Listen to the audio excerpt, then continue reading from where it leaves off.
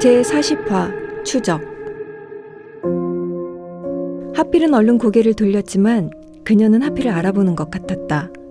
아무래도 하필이 쥐떼를 이끌고 연구소를 떠나는 순간들이 이곳에 생중계되면서 하필의 얼굴이 알려진 게 분명했다. 그녀는 검은 피부에 눈이 깊은 여자였다.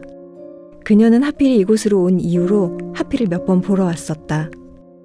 여기 온 남자들이 작업복으로 갈아입는 동안 그녀가 하필 옆으로 다가왔다. 김하필 씨? 맞죠? 연구소에서 백신을 가지고 나왔다던. 예. 하필은 머뭇거렸다. 여기에 배정된 줄은 몰랐는데요. 고기자를 줄 알아요? 하필은 거짓말을 할 수밖에 없었다. 화장실을 가려고 나왔다가 길을 잃어버렸어요. 아는 사람이 있길래 뭐하러 가는 길인가 궁금해서요. 그래요? 그녀는 하필을 의심의 눈으로 보는 대신 흥미롭다는 표정으로 따라오라고 했다. 그녀는 자기가 입고 있는 것과 같은 색의 작업복과 뜯지 않은 펄프 마스크를 하필에게 건넸다. 그냥 그 위에 입어요. 면역이 있으시니까. 하필은 자기가 백신 맞은 것을 그녀가 어떻게 아는가가 궁금했다. 본부에 있는 모든 사람들은 크게 면역과 비면역으로 구분돼요. 당신은 면역입니다. 하필은 순간 저 여자가 하필의 마음을 꿰뚫어 본다는 착각을 했지만 말의 논리상 그녀의 부연 설명은 당연한 거였다. 비닐막 안에서 작업복을 갈아입은 사람들은 간이 방독면과 고글을 쓰고 입구 반대편으로 나가서 하필이 보았던 냉동창고로 이동했다. 눈이 깊은 여자는 가슴에 명찰을 차고 있었다. 권선실. 명찰은 아크릴로 만들어져 금색 바탕에 검은색 글씨가 음각되어 있었다. 이름 다음에 직위나 명칭이 따로 없는 것으로 봐서 명찰의 색깔이 레벨이나 계급을 나타내는 것 같았다. 저 여자는 권선실이란 여자로 금색 명찰을 달았다. 아마 지위가 높은 사람이 분명하다. 하필은 그녀를 따라 냉동창고로 이동했다. 냉동창고는 안에서 옆 창고와 터진 구조였다. 냉동된 돼지고기들이 정형된 채로 상자에 담겨 있었다. 위쪽에는 해체되지 않은 채 정형 안 된 냉동고기들이 S자 모양 갈고리에 매달려 정형을 기다리고 있었다. 대형 수입육 창고 같았다. 아마 마트가 활발히 돌아갈 때 이곳에서 돼지나 소들이 잘게 썰어졌을 것이다. 하필은 여기 들어오기 직전까지는 영화에서 봤던 냉동된 인체의 부분들이 걸려있는 상황을 상상했었다. 권선실은 하필을 안내하듯 앞서 걸어가며 고기들이 정형되는 과정을 보여줬다. 작업자들은 단순 분류 작업과 전기톱이나 칼을 이용한 분해 작업을 수행했다. 위생적으로 처리된 고기들은 주방으로 이송될 상자에 차곡차곡 담겼다. 여기에서 작업할 수 있는 사람은 모두 면역입니다. 아무리 냉동창고지만 고병원성 바이러스 감염자들에게 식재료를 만지게 할 수는 없는 노릇이죠. 하필은 그냥 고개를 끄덕거릴 수밖에 없었다. 아마 태운도 면역이 있기 때문에 이곳에 배정받았을 것이다. 창우는 아침 일찍 교주의 호출을 받았다.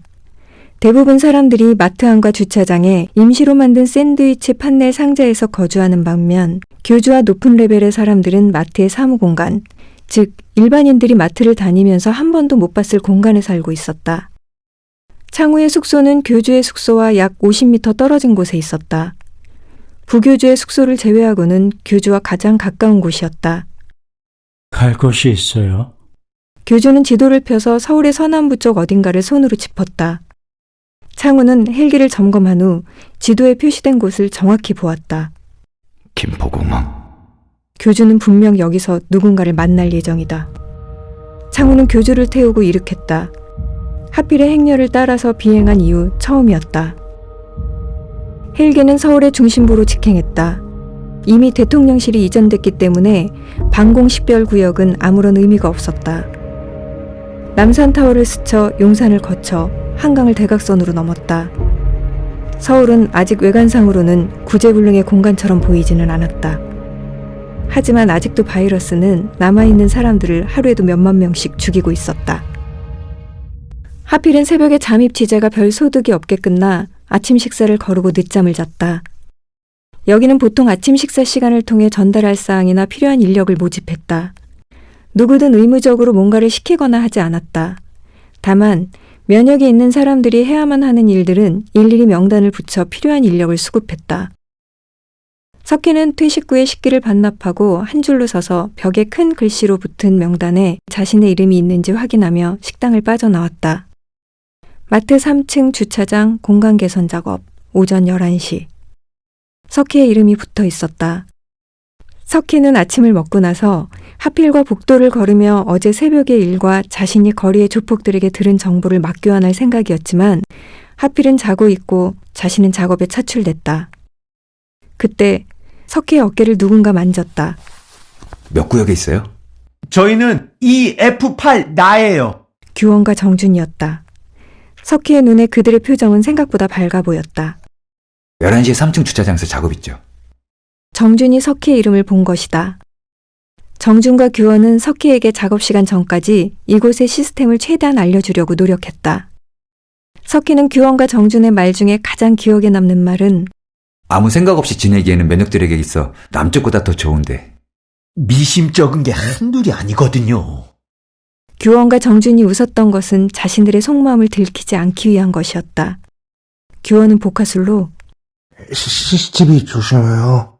라는 말을 헤어지는 석희의 귀에 속삭이듯 얘기했다. 석희는 빨리 이 상황을 하필과 공유해야 하는데 하필은 천하태평이었다. 석희는 마음이 조급해졌다. 하필은 깊은 잠에 빠졌다가 일어났다. 아마 수술하면서 몸속에 들어온 마취제가 아직 몸 안에 남아있는 게 분명했다. 아니면 하필은 그 다음에 떠오르는 생각은 좀 더 시간을 가지고 생각해보기로 했다. 어젯밤 하필이 본 것은 냉동창고다. 냉동창고의 크기로 봤을 때 약 3개 정도가 안에서 연결된 규모였다. 아직 하필이 안 본 서너 개의 냉동창고들이 있다. 그리고 왜 하필은 그곳에서 그녀를 마주쳤을까? 그녀는 마치 하필을 기다리고 있었던 듯 바로 하필을 발견하고 다가왔다. 분명 하필은 불이 꺼진 상태에서 움직였고 누군가 미행했거나 움직임이 CCTV에 찍히지 않은 게 분명했는데 어떻게 하필이 나타날 줄 알고 그곳에 가 있었을까? 하필은 2가지 가능성을 떠올려 보았다. 첫 번째는 수용시설의 모든 공간을 누군가 야간 적외선 모드로 24시간 관찰하고 있다. 2번째 가능성은 누군가 하필만을 전담해서 관찰하고 있다. 하필은 위의 2가지 가능성 다 확률이 높지는 않을 것 같았다. 원래 이곳은 감시를 위한 수용시설이 아니었고 야간 적외선 카메라로 감시할 만큼 적대적인 사람들이 모인 곳이 아니다. 대부분 자발적으로 오고 알아서 나갈 수 있다. 2번째 가능성 역시 희박했다. 이유는 그럴 이유가 없다. 였다. 내가 뭐라고 감시해?